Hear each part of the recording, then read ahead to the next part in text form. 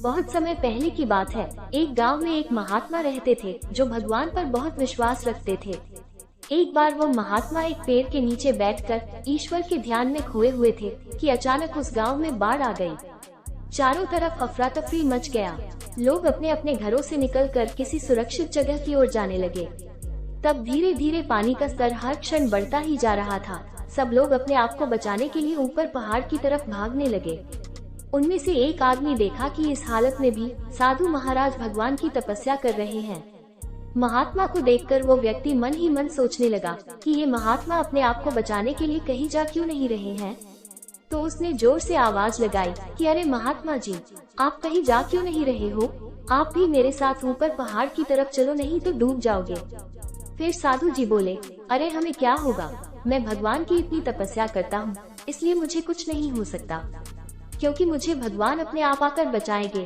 धीरे धीरे पानी साधु के कमर तक आ गया। अब लोग वहाँ से नाव लेकर निकलने लगे।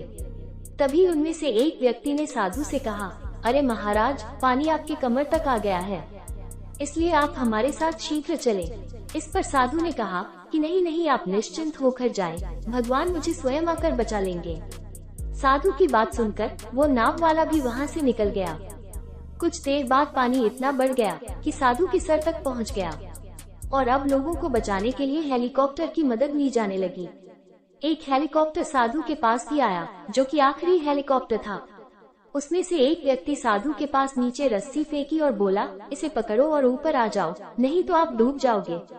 यह आखिरी हेलीकॉप्टर है और आपके पास बचने के लिए कोई दूसरा रास्ता भी नहीं है। फिर उसकी बातों को हल्के में लेते हुए साधु ने कहा, ये रस्सी वापस ऊपर खींच लो और आप चले जाओ। मुझे भगवान के ऊपर पूरा भरोसा है, वो मुझे अवश्य बचा लेंगे।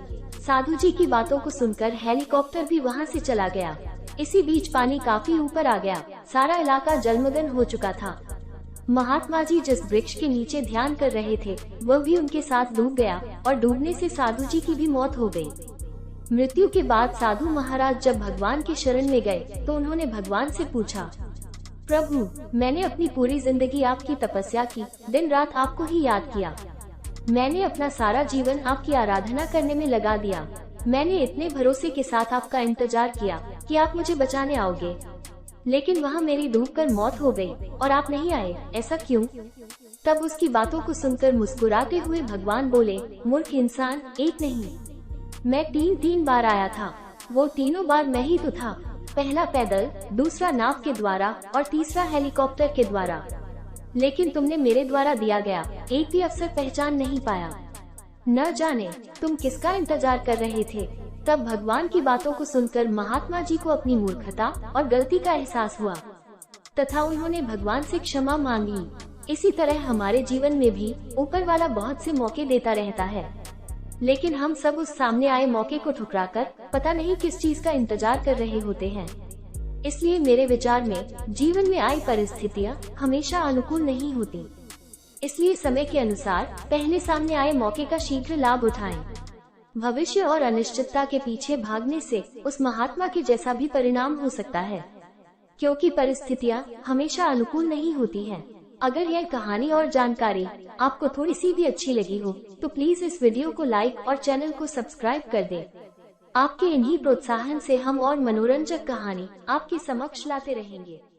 धन्यवाद।